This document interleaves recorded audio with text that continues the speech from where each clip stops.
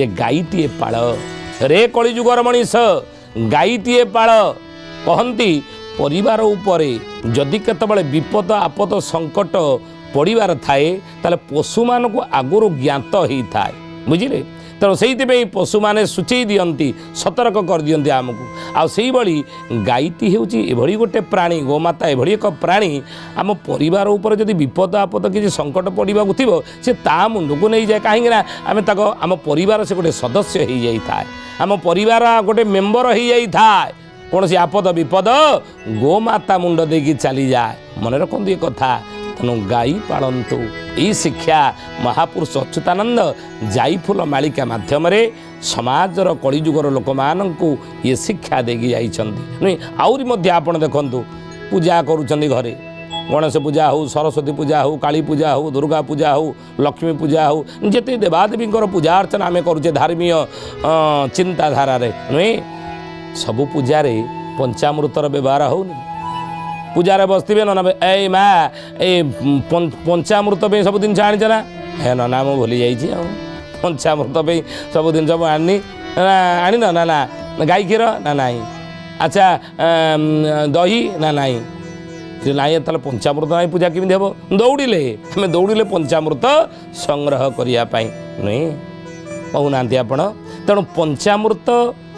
देवादेवी पूजा अर्चना अति आवश्यक होता है आउ सही पंचामृत जो द्रव्य तैयारी होता है ता गोमाता ठारू ही आसी गाई क्षीर एवं सही क्षीर दही क्षीर दही आउ कौन घी ये सब गाई ठारू गोमाता ठारू आसीचे ना आउरी मध्य आपण देखिए कौन सी समय आम शरीर जदि अपवित्र होता है कौन सी पापरे आम जदि पड़ी था पाप आमको ग्रास करें तेणु से शरीर को साधना मार्ग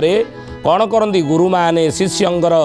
ये पापताप को निवारण पाई शिष्यर कौन करती पंचगव्य पान कराती पंचगव्य गोमय गोमूत्र गाई क्षीर घी महू ये सब मिसिले पंचगव्य तैयारी हुई आ से पंचगव्य को प्रतिदिन पान कले साधना सुगम साधना मार्ग सुगम होता है सरल होता है नहीं ता गोमाता ठारू ही आसी पंचगव्य रे जो पदार्थर उपयोग करा जाए ताहा सब गोमाता ठारू ही आसी था मन रखते कथा गाई केते उपकारी आमर गोमाता केते आमर उपकारी तेणु गोवंशर संवर्धन करिबा गोवंशर विनाश जदि हेउथा हे ज्ञानी गुणी मंडली शुद्धि जाने ताकू आपण अटकांतु गोमातार जदि विनाश होता है कौन गोमाता पर जदि विपद पड़ी तार सुरक्षा पाई आमे कौन करिया तन मन धन देई तार सुरक्षा आमे करिबा उचित मन रखते कथा तेणु महापुरुष यही कथा मालिकार लिखिंट कहले बाबू रे गोरु मरीबे अपार पड़ब दुर्भिक्ष आद्य प्रांतर जदि कलिजुगरे गो वंशर कौन संवर्धन हेब नाही बा गो वंशर विलोप होबापाई जदि आपण देखिए किए प्रयास करुए बा कौटी होता है आपण ये लक्षण जानवे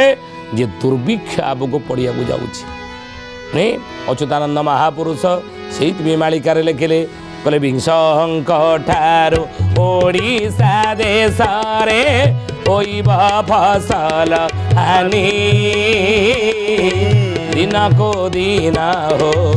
इब महरग कषण भोगिबे प्राणी कषण भोगिबे प्राणी हे सुजने कषण भोगिबे प्राणी कषण भोगिबे प्राणी हे सुजने कषण भोगिबे प्राणी तेणु फसल हानि हेब फसल बढ़िब नाही फसल हानि हेब दुर्भिक्ष पड़िब संसार रे देखिए गोवंशर यदि हानि हुई गोवंशर यदि लोप करने ये शुद्धिजने समाज रे किए चेष्टा करुथांती तार आपण विरोध करंतु बुझिले गोवंशर संवर्धन करंतु महापुरुष लिखिंट आउ ये हेले दुर्भिक्ष पड़ब आदि दुर्भिक्ष पड़ब खाद्य संकट संसार देख आज जदि आपण समाज रे देखिए जे खाद्य संकट देखा दउछि बा समस्त खाद्य सामग्री रो दर जदि हु होगी बढ़ुछि नहीं से तेल हो डाली हो चाउल हो पनीपरिबा हो बजार जदि हु होई बढ़ुछि ता पछरे अनेक कारण थाई बारे किंतु से अनेक कारण भितरु एक कारण हेउछि कोन ନା ଗୋବଂଶର ନାଶ। ଗୋବଂଶର ନାଶ ହେଉଛି ବୋଲି, ଗୋବଂଶ ଉପରେ ବିପତ୍ତି ପଡ଼ିଛି ବୋଲି ଆଜି ତାହା ସିଏ ମଧ୍ୟ ଏକ କାରଣ।